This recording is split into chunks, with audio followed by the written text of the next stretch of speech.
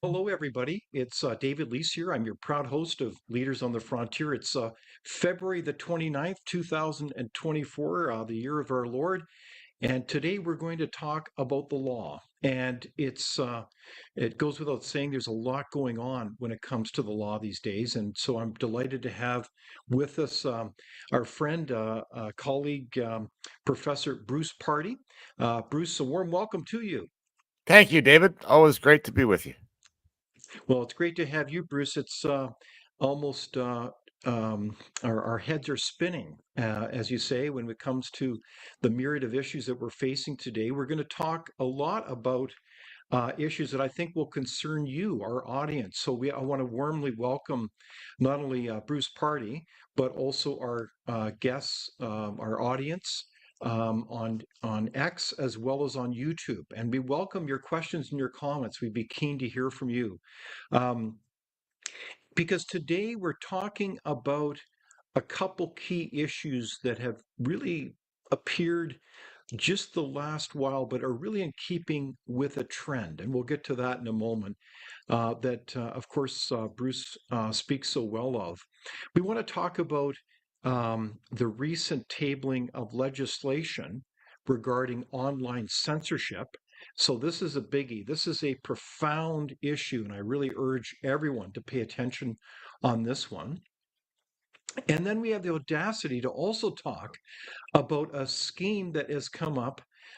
Very interesting story about it around, quote, co-management, changes to the Land Act within British Columbia, that great province, that would, in effect, many would argue, um, that would give a veto over development over Crown land.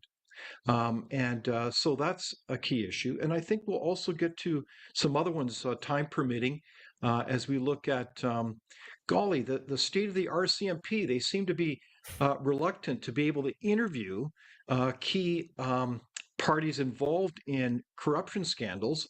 They don't seem to know where the Prime Minister's office is in Parliament Hill. It's really kind of befuddling, Bruce. So we may even get to that, among others. But there's really truly a lot to discuss here. So I want to dive into the first issue, Bruce, and you've written about it so well. You've talked about, of course, the online censorship bill. So you may recall that last year the federal government came forward with an initial version, and there was a lot of reaction to that, saying that was a full-fronted attack on freedom of speech. And so this is a different one. It's kind of, or is it different? Is it still a sheep within wolves? Sorry, I'm mixing up my metaphors here, but is it a sheep in wolves clothing or vice versa? What does this online act mean to you, Bruce? What's your analysis? Well, it looks to me to be a wolf without the sheep's clothing. I mean, on its face, it's extraordinary. So it basically divides up into four parts, and the first part is the regulation of online platforms. So it's the relationship between the government and Facebook or Twitter or X or YouTube or whoever is sort of running the show in terms of hosting what people are saying. That's probably the least offensive bit. It's still problematic because it is giving to the administration the power to make the rules. And so what they're setting up to happen is that the online platforms will be empowered and required to censor us. But this is not even the worst part of the bill. There are other parts, and the second part are amendments to the criminal code, which is not about the online platforms. It's about the government and you. And the government proposes to create offenses that are extraordinary both in their description and in their penalty. And perhaps we can go through that in a little bit of detail. But the third and perhaps most concerning part, I mean, the criminal code provisions are extraordinary, as I say, but the one that is going to cause the broadest difficulty, I think, is the third part, which is changes to the Canadian Human Rights Act, and that they intend to create and it's reminiscent of the one that used to be in there, Section 13. This is Section 13 again. Mhm. Basically making it unlawful to discriminate in your speech and to empower people to complain to the tribunal, to the commission, easily, without any costs, and without having to give up their identity to the person they're Wow. complaining about. It is going to make it extraordinarily easy for anyone to complain about anything that you say online. So if there's somebody that they want to target, this is basically the woke mob unleashed, in terms of empowering, putting cancel culture on steroids. Because in order to defend yourself, Mhm. many of these complaints, I mean, some of them will be. It doesn't look to be that difficult to be successful, but Mhm. even if they weren't Mhm. successful, just the fact of having a complaint lodged against you means that you need to lawyer up and face all the time and cost consequences of having to deal with the complaint. And then if you happen to be unsuccessful in defending yourself, then there are penalties. You might end up having to pay the complainant $20,000, and the government, for that matter, $50,000. So Wow. this is so. On a number of occasions in the past, I have said something like, when they tell you who they are and what they intend to do, Mhm. you should believe them. Exactly. And Yes. this is a straight up indication of what they are and what they intend to do. And it's not hidden. It's plain on the face of the draft bill. So there you go. Wow. Okay, so everybody, I'm talking with Professor Bruce Pardy. He's the executive director of Rights Probe, and he's at Queen's University, and he's giving his analysis about Bill C-63. So look it up, pay attention, open your eyes while we can see what is going on here. But this is a game-changing piece of legislation. Our government is no longer there, Bruce, upholding rights regarded to freedom of speech, among others, but they're in the forefront of destroying them. That's how I read this. Is that a fair comment? Sure, absolutely. But in a way, that reflects quite accurately where we're at.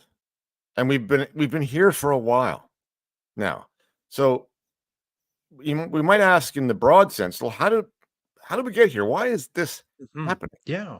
And I think in part it's because our system of law does not now operate on the collection of principles that we all have in our head. At some point along the way, there was a quiet revolution, or a paradigm shift, if you like, Yeah. from one set of ideas to another. And that's been going on for a long time. And it's never actually fully complete. But one of the changes is that we have shifted from a system in which the rule of law is paramount and Hmm. individual freedoms are paramount, into a system of rule by law, as in, Hmm. now government is using law as a tool, or even indeed a weapon, Hmm. not to protect your freedoms, but to manage you. That's what they Hmm. think their job is now. The job of the government is to Wow. manage the population using law as a tool. And this act is just an extreme example of that trend. Yeah. No, I think you're onto something, Bruce. So this is a larger strategic point here that I really hope that people don't miss. And you're alluding to something that's very interesting. You're basically wading into territory, using the law as a weapon to really manage people's ways of thinking. To say, no, this you can't talk about this, or you're going to enable third-party actors to weigh and say, well, I think that Bruce, I'm really concerned, and I anticipate that he's going to talk about things that I don't want to hear about. So what I find fascinating, and you've got to read Bill 6 C-63, is You that you really have this do. You really have to read it. pre-crime element. Yes. Yeah. Yeah. It's You've got to extraordinary. read it. You just read it. You know what? I can just read out one of the little bits Yes, please. that might make people go, hmm. This is one of the new sections of the criminal code that they're proposing. It goes like this. Everyone who commits an offense under this act, and by this act, they mean the criminal code. So just for a moment, let's just consider the kinds of offenses that exist under the criminal code. There are extreme offenses like murder, and there are not so serious offenses like, mischief or theft. I don't want to underplay theft, but theft is not murder, right? No, let me carry on. Everyone who commits an offense, any offense, whether it's murder or mischief, under this act, if the commission of the offense is motivated by hatred based on race, national or ethnic origin, language, color, religion, sex, age, mental or physical disability, sexual orientation, or gender identity of expression, these are the normal list of prohibited grounds of discrimination. Here's the kicker. Everyone who commits an offense under this act is guilty of an indictable offense and liable to imprisonment for life. Wow. Life. If you commit the crime of mischief and you are motivated by hatred on a prohibited ground, you can be thrown in prison for life. And who the heck is the judge of this, Bruce? Well, the judge is going to be the judge of that.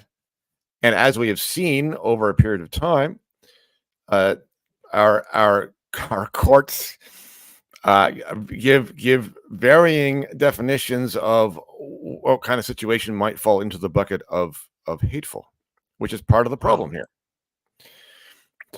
So you have the sword of Damocles hanging over you, and the danger is that everybody will need to manage their speech so as not to run into this problem. And therefore, you end up with a country in which people are not free to speak. Okay, but just to be clear, there's also this pre-crime element Yes. within the act. So Yes. if I'm a party, I can weigh in and say you may incite hatred or some type of offense, and you can then start getting a judge to lock you down. You can put a curfew on another person. You can fine them. You can say you've got to be isolated from any contact from others. Yes, I'm not being dramatic or no, you're histrionic not. on this. You are not. You are not. There's a provision that does just this. People may have seen the movie, the Tom Cruise movie called Minority Report. And in that movie, it's a futuristic time, and people are imprisoned for what they call pre-crime. That is crime they haven't committed yet. Wow. That more or less is what is contemplated here. There's a provision that would allow, for example, house arrest on the grounds that they think that you're going to commit one of these crimes. Okay, so this is a full-throated legal assault on freedom of speech and things that we take for granted. Like this has arrived now. This is 1984, period. I don't think that's overstating it. Yes, and so if I can go on, I don't know. So I mentioned the proposed amendment to the Canadian Human Rights Act.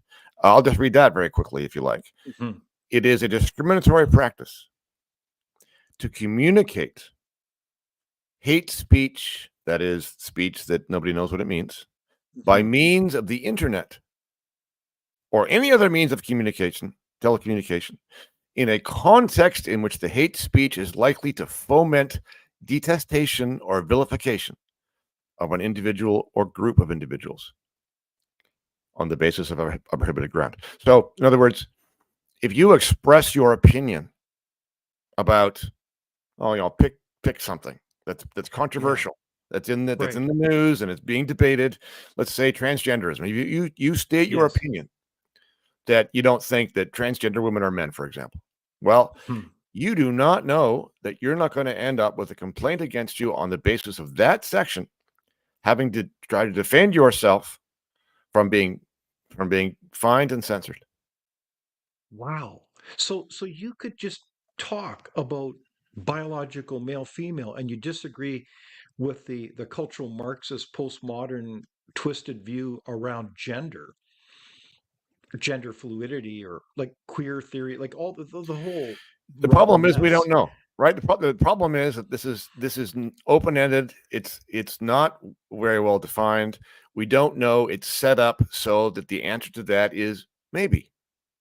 Okay, but to be clear, this is opening totally new ground in the whole regulation of speech. Well, okay, so I remember, actually, that's not true. We remember Mao, remember Stalin, remember Hitler. Like But it's the all in thing is, keeping with totalitarian regimes, is it well, not? that's true. But the thing is, that is absolutely correct. But we shouldn't forget that this threshold has really already been crossed in this country as well. So we used to have an old Section 13, much like this one in the Canadian Human Hmm. Rights Act, but we also have other Hmm. sections. So, for example, in the BC Human Rights Code, Yes. there's a prohibition on speech that discriminates, much like this one. And that one has been there for a while.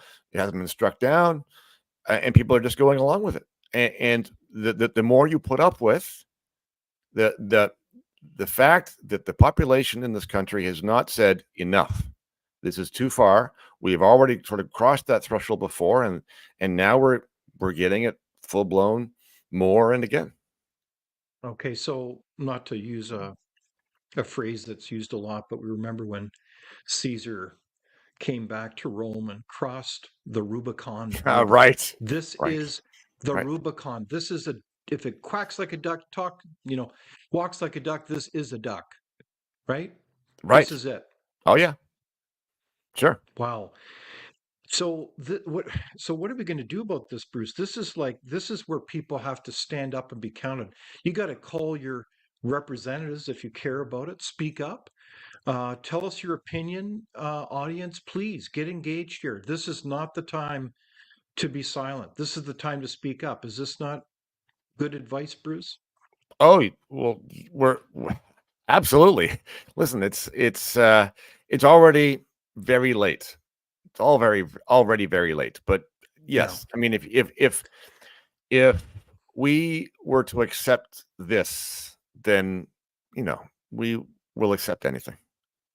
Yeah. No, so this is it. So, and Bruce, in all fairness to you, you have been in your leadership role, among others, speaking about this for years, raising the red flag. I know this. In fact, you spoke eloquently about, in our past conversations, the rise of the administrative state. Is this kind of what this is? This is just like giving our rights right to the administrative state rather than the nesting it within the individual, the individuals and community. This is saying the administrative state's going to be in charge.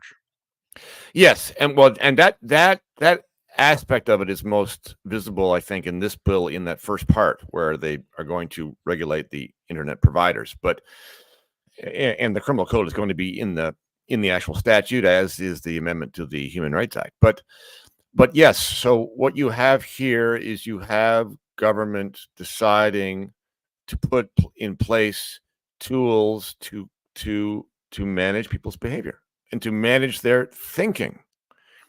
If we were actually living in a free country, let's put it this way: if you were living Mm. in a free country, free people are allowed to hate each other. Hmm. I mean, it's part of being human. And if you Hmm. do, and you are free, then you're allowed to say that you do. I mean, I'm not endorsing it. It's just one of the Yeah, of facts of course. being human, right?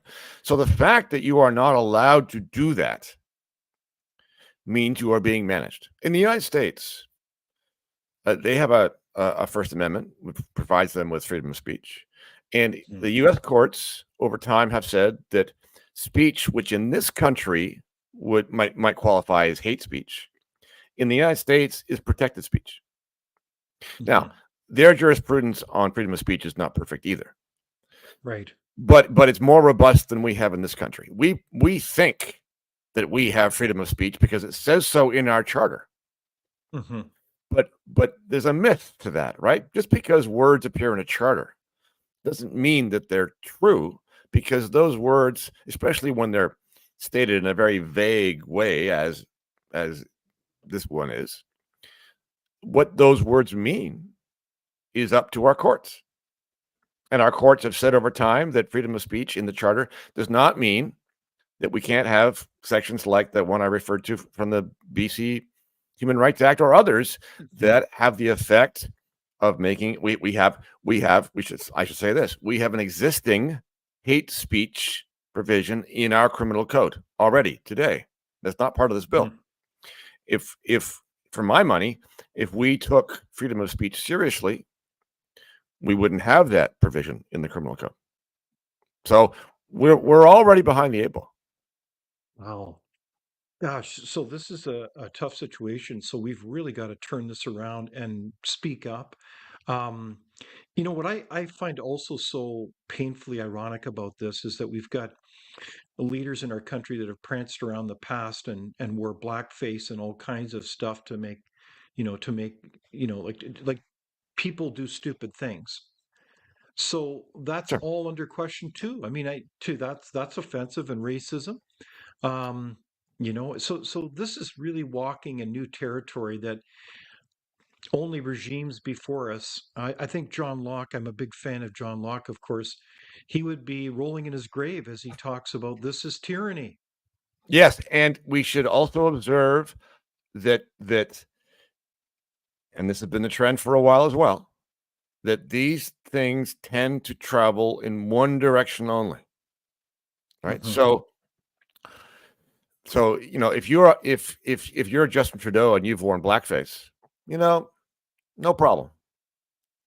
But if you're somebody else on the other side of the aisle and you do something that's not nearly, quote, as bad as that, well, then you're going to be in the hot water. Exactly. Right. So, So we've lost one of the other ideas that we've lost, and we've lost a lot of ideas, but one of the ideas that we've lost is that the law should be even-handed and disinterested. It shouldn't care who you are, doesn't care what your ideology is, doesn't care what your politics is, doesn't care what your party is. It is disinterested, dispassionate, and even-handed and blind. That idea does not seem to be very popular anymore.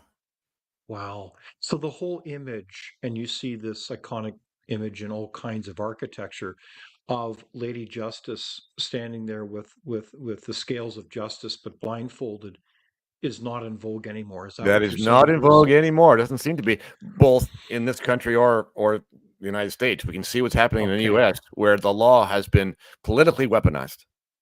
And so Wow. their version of this is different than ours. But you can see the thing crumbling right before your eyes.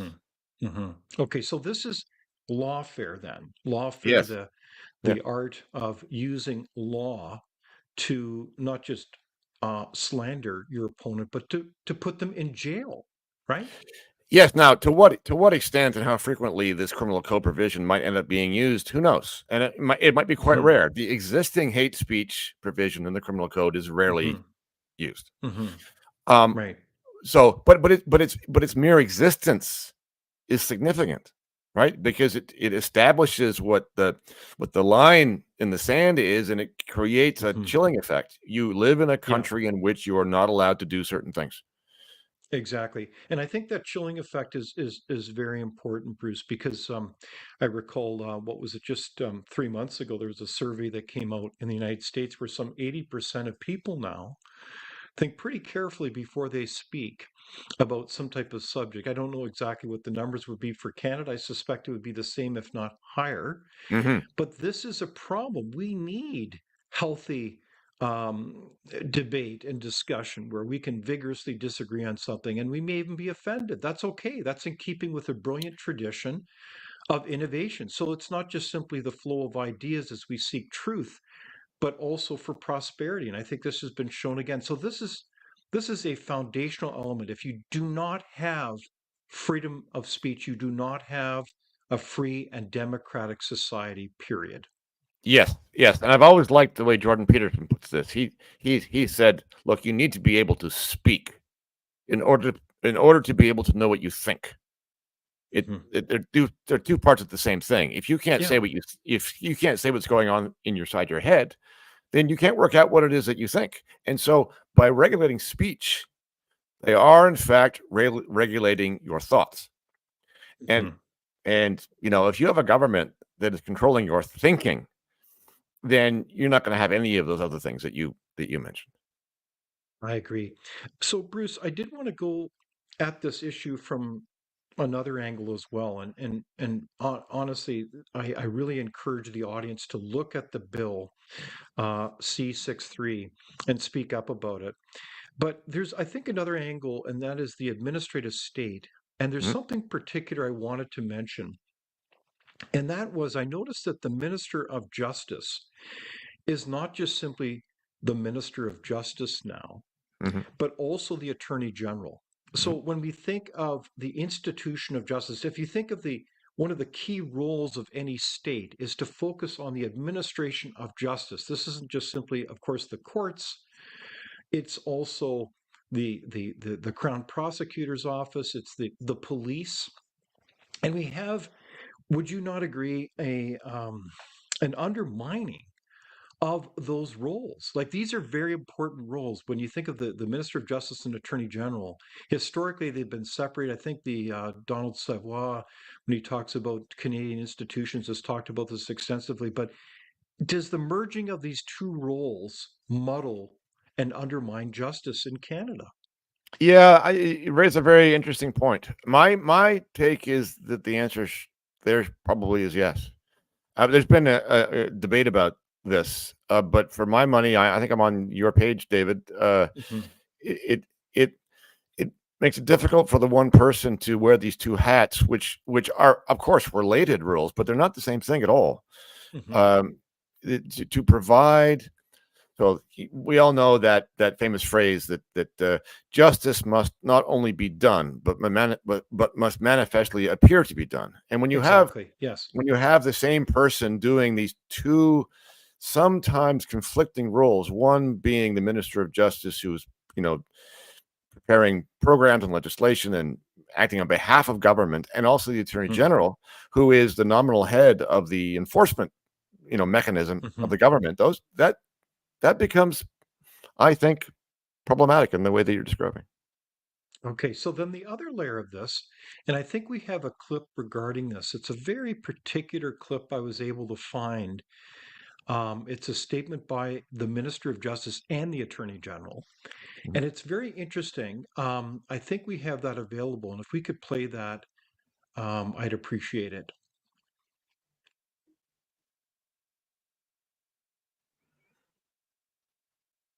And perhaps we don't.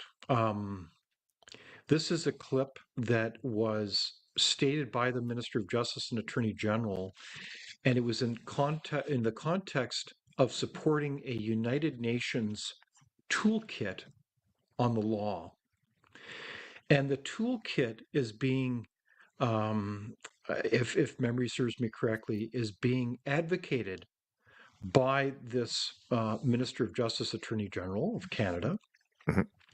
and he speaks eloquently about the toolkit as being based on intersectionality, Bruce, Yes, I've seen the clip. based Yes, right, on cultural Marxism. So advocating this as a toolkit, a lens, if you will, right. to implement the law so that those who have been oppressed can find voice. Now, I encourage people to look at that clip and we'll try to share it. But Bruce, what is going on here? This sounds like a totally different ideological lens to apply the law. Well, yes, but it's become the dominant lens, and you can see that in the way that our human rights law has evolved. Uh, so people think if you look at any provincial human rights code, for example, there often is there a statement that everybody has the right to be free from discrimination. But as time has gone on, the tribunals have told us, well, actually, that's not the case. You have to be the right kind of person, belonging to the right kinds of groups to be able to claim discrimination. And in fact, recently, the Ontario Tribunal came out and said in black and white that if you're white and non-racialized, then you can't claim discrimination. And so Yep. what we have there is just one of the pieces of this transition that I was describing from one paradigm to another, wherein in the quote old paradigm, you have the idea of equal treatment by the law, equal protections, blind justice. And the new version of that is not blind justice at all. It's justice that treats you differently in accordance with the group that you belong to. And how that treatment is crafted depends upon your intersectionality, as the justice minister Right. was alluding to, meaning that the rules will be adjusted so as to provide you with the freedom from oppression that their theory says that you are suffering from. And Okay. that means that for my money, that the foundation of the legal system that we all think exists. I mean, we all think Hmm. as a given that justice is blind, that the law will be Wow. applied to us in the same way as everybody else. Okay, Okay. So that this is, that I is think, not a that game is no changing longer true. insight. Yeah, Yeah. So that assumption is no longer true that we have Lady Justice blind. Rather, this has been emerging for some time, this alien philosophy that somehow the purpose of the law is to go in and create equal outcomes. It's this whole notion that there's a collective kind of Marxist outcome that's needed yes, to yes, deal with oppression.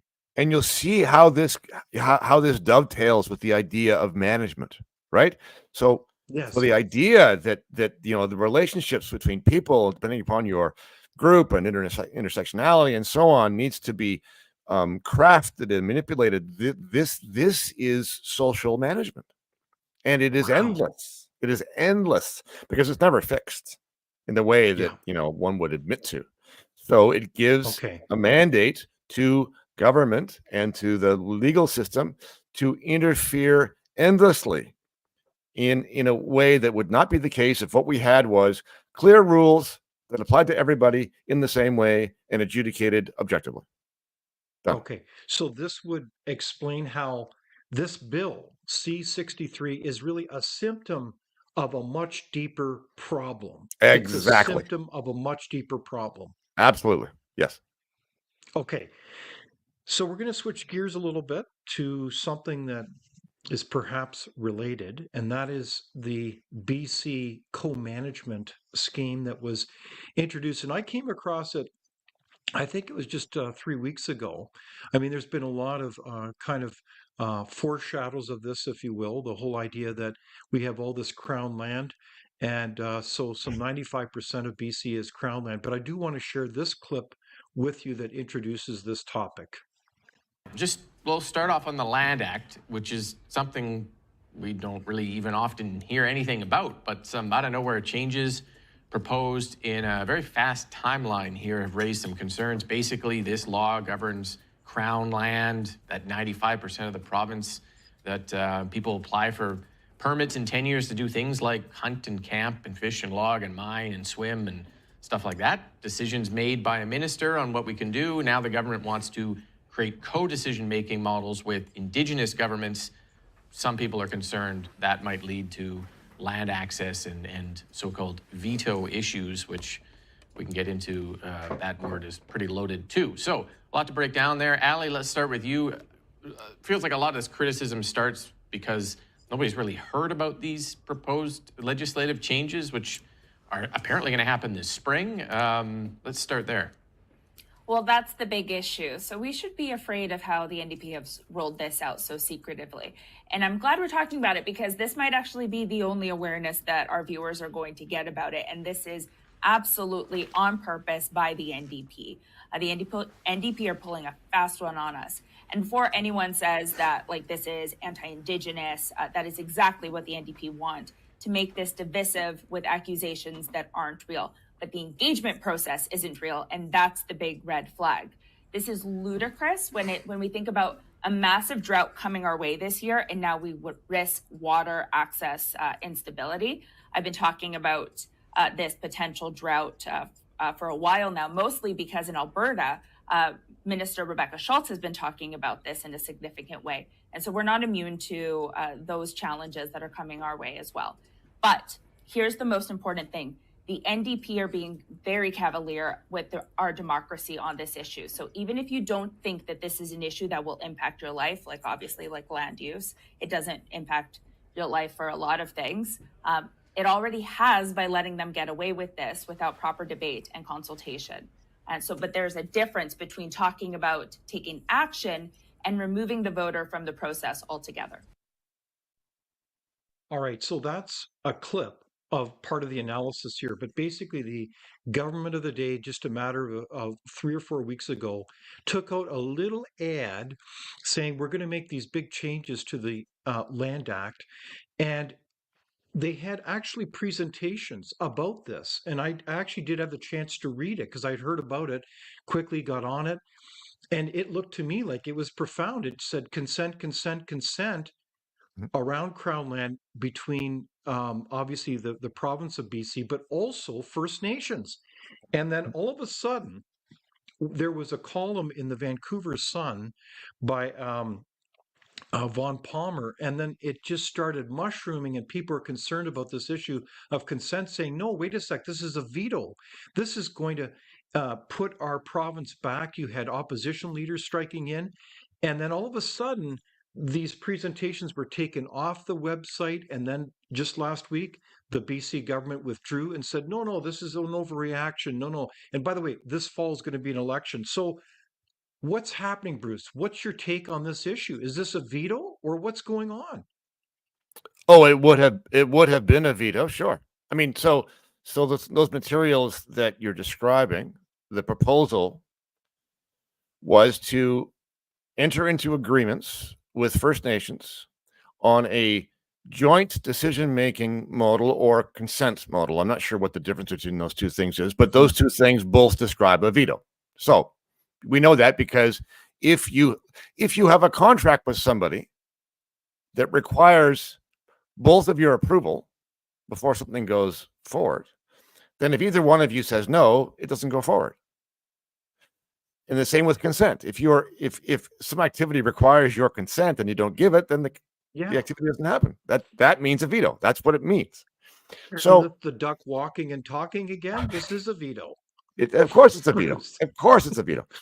But so and the commentary that we heard on the clip, I think, was quite right. But there's a very important point that we shouldn't miss here. That this all derives from legislation in BC that is already passed. They were going to amend the Land Act to provide for these agreements.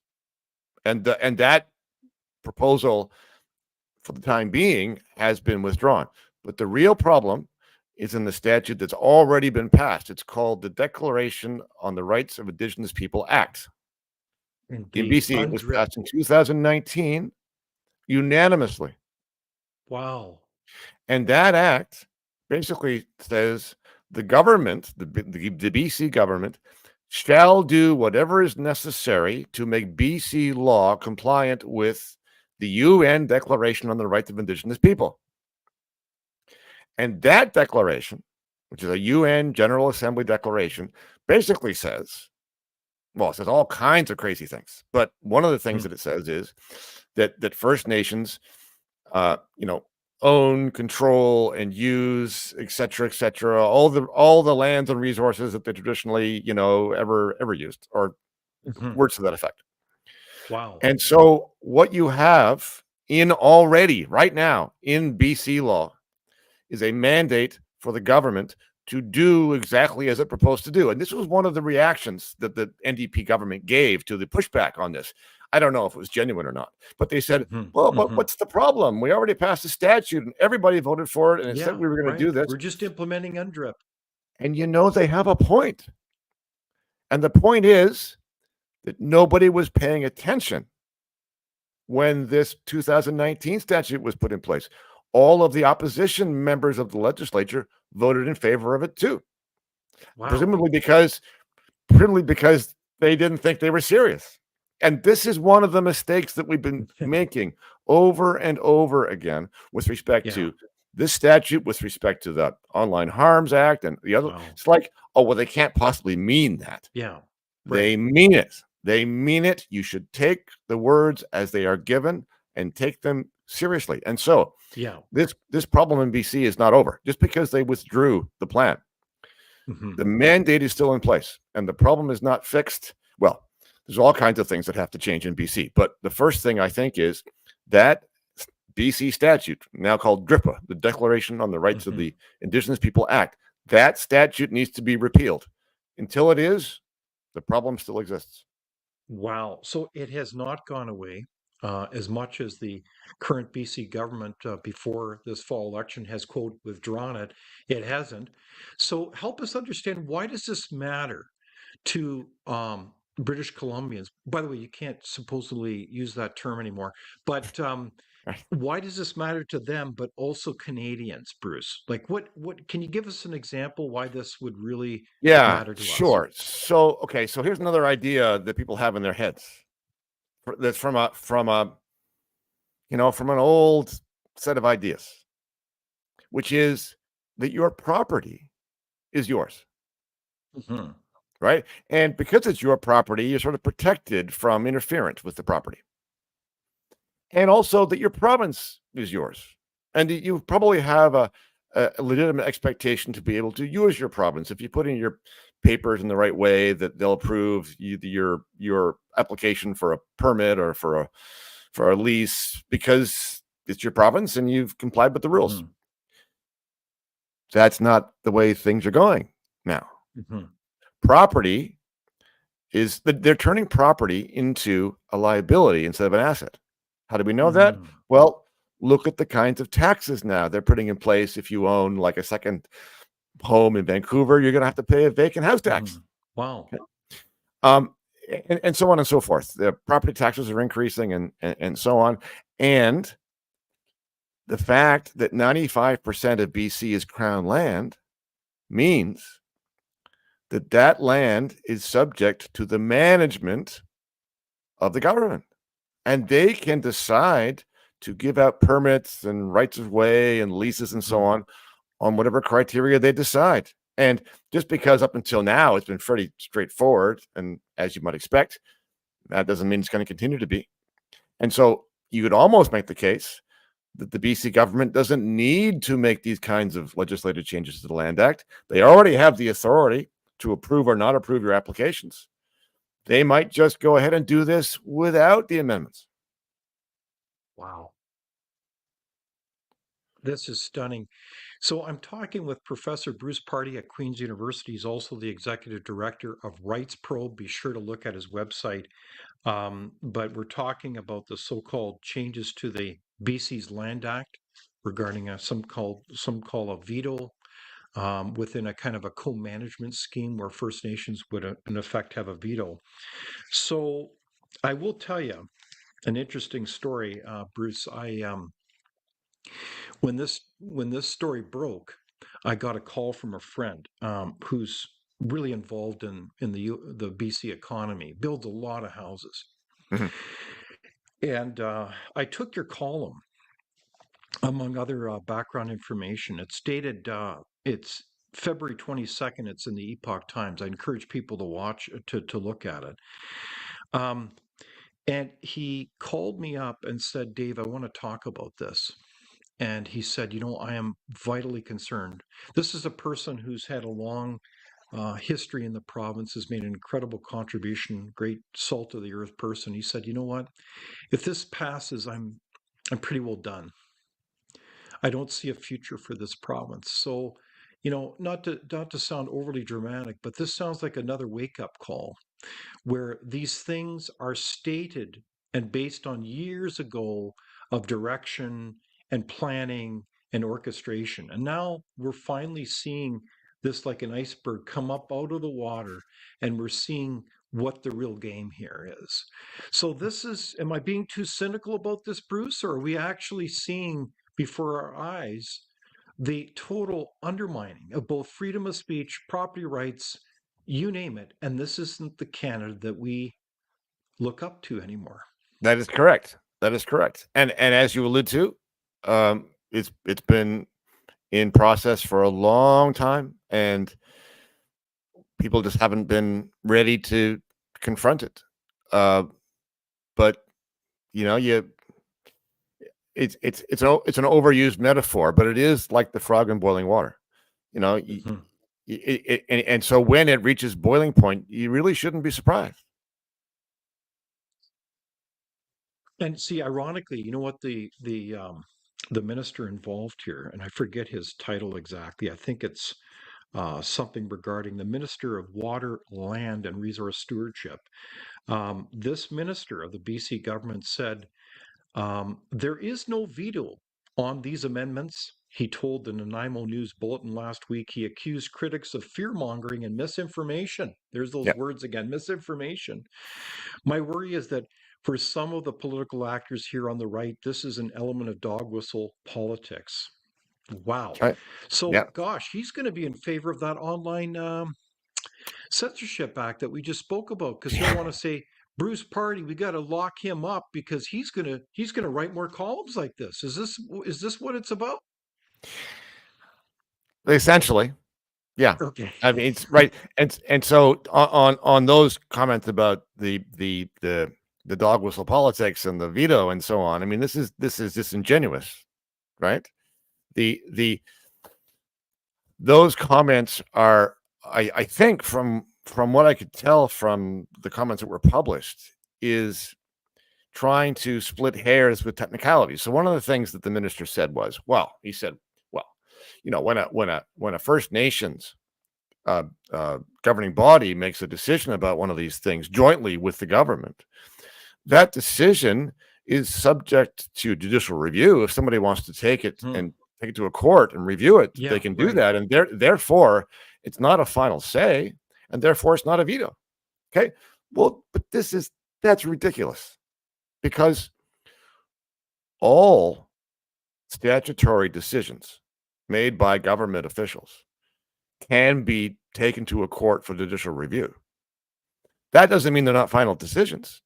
And the courts generally defer to those decisions. And even if they find some kind of procedural or substantive problem with them that is, quote, unreasonable, the decision's not changed. It's just sent back to be done again most of the time. Mm-hmm. And Right. so if we are to accept the idea that the First Nations call on these things is not a veto, and because it's not a final decision, what he's saying is, as the minister, well, I don't really have a veto either. I don't really have a final decision either, because there's always the courts. That's pure jibber jabber. That's just ridiculous. Wow. Yeah. So this is again another train wreck. I'd say another assault on basic rights and freedom. So we've got to really keep our eyes on that one.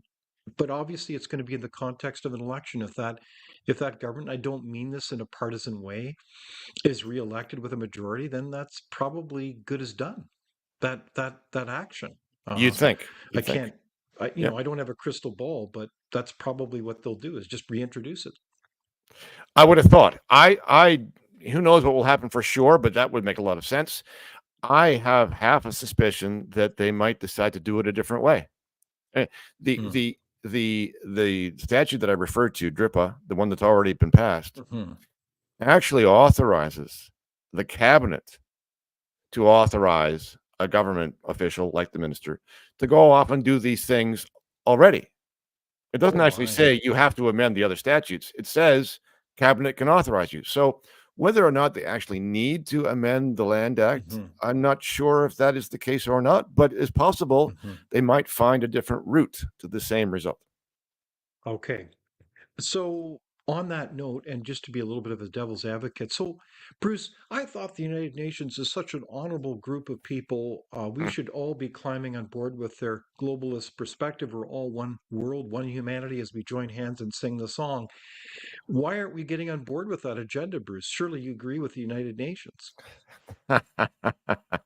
The United Nations has turned out to be a massive mistake. It's a global bureaucracy where nothing is transparent and nothing is accountable, and they have put in place these declarations and schemes and objectives which are in conflict with the basic principles that we thought that we had in our governance and in our laws. Right. And the best thing that we could do right now, see, the UN, let's go back a step. for my money, the original conception of the UN was to be a meeting place for countries to gather and try and work out their differences. That was a good idea. Better to have that than war. But it's taken on an identity, and in fact, has also been captured, if you like, by countries and by forces that do not have our interests at heart. And so the best thing I think that we could do now, frankly, is to disentangle ourselves from the UN and Indeed. its associated Yes. bodies like the World Health Organization. They're not doing us any good at all. And I would prefer to be completely out of it. I would vote for you, Bruce. I think you make a lot of very good points. The UN is dominated, ironically, by what is it called again? Oh, yes, totalitarian regimes Right. that don't Yeah. really share our values as much as we want to get along with everyone around the world. And I think the other side to this is that we do have a sovereign national state within a democratic set of rules, including the rule of law, that enables us to, as a people, have a voice. And I think that's a beautiful thing. So why would you give that up to some other people at some UN headquarters is beyond me. Well, I think it serves the purposes of our own political class. Ah, Right? yes. Because one of the things that they can do is they can sign on to these UN things and then behave as though those mandates tie their hands. And they really don't have any choice because after all, it's a customary international norm, or it's a term of the treaty that they all agreed to, and we really have to be part of the treaty because everybody else is too. And so they're really sorry, but this is the way it has to be. That's total nonsense. But Exactly. it's a convenient smokescreen for what they want to do anyway. Yeah, I think that's a brilliant insight. It's almost like the big workaround. Sure. You're dealing with a group of elites that don't necessarily believe in democracy in Oh their own no, country. absolutely true. Absolutely true. They are of the managerial class, and the managerial class regards the rule of law as a mere inconvenience Mhm. that really can be set aside whenever the conditions dictate. And so, which is partly why we don't really have one anymore. We have rule by law instead of rule of law, and Wow. that's a function of this class of people trying to do what the rule of law would prevent them from doing, which is Hmm. making stuff up as they go. No, I think Bruce, you've summarized the issue brilliantly, and certainly we saw that during COVID-19 in spades, where they were making it up as they were going along, and at great harm to society, like the impact of lockdowns on everyone, including children and businesses. I mean, it's just astounding what they did, and all in the so-called name of science of all things. I mean, it's just incredible. Um, so, Bruce, I can't help but before we kind of get to the home stretch here, um, reflect a little bit on some really fantastic news, and that was the decision that the invocation, the use of the Emergencies Act was illegal. What did you think about that? Is that not great news? It's great news. It's great news. My hat's off to the judge for the job that he did. Indeed. And so the reason that the case is special is because it wasn't special in the sense that the Yes. judge did the job he was supposed to do, right? So Yes. he took the Yeah. statute. The statute has requirements. He read the requirements. He interpreted what the requirements meant. He compared those requirements to the facts and said, doesn't fit. And that's Yeah. what judges are supposed to do. And Exactly. so it Yeah. was a straight up decision. It had a couple of odd things in the decision, but nevertheless, Hmm. it was a good piece of work. Now, of course, Yeah. the government, as you would expect, has said they're appealing it. Hmm. I'm hoping that things will go well. The judge's decision basically came to four conclusions, and in order for the government to prevail on appeal completely, they would really have to overturn all four of those conclusions. So I'm hoping that things will be difficult for that to happen, but we'll see. No, I agree. Bravo to was it Judge Mosley? Mostly correct, yes. Mosey, I thought that was brilliant. I encourage people to read the decision. I know it's a long one. I think it was 199 pages, but I chuckle when you say, Bruce, it was, dare I say, a normal decision that you'd kind of expect. So Right. that was refreshing in itself. So I think it's really a great green shoot of hope that we can look to. So, but this has been a terrific discussion, Bruce, and I really appreciate your analysis and leadership and courage. So we'll have to have you back soon as we keep catching up with these train wrecks or eruptions as they come forward, because we really need your help, among others, to speak up as Canadians. We cannot take these rights and freedoms for granted. So thank you so much, Bruce. Oh, thank you, David. Always great to be with you, and keep up the great work. Well, thank you. And thank you, everyone, for joining us, the audience. And we welcome your comments and feedback. And be sure to join us again next week.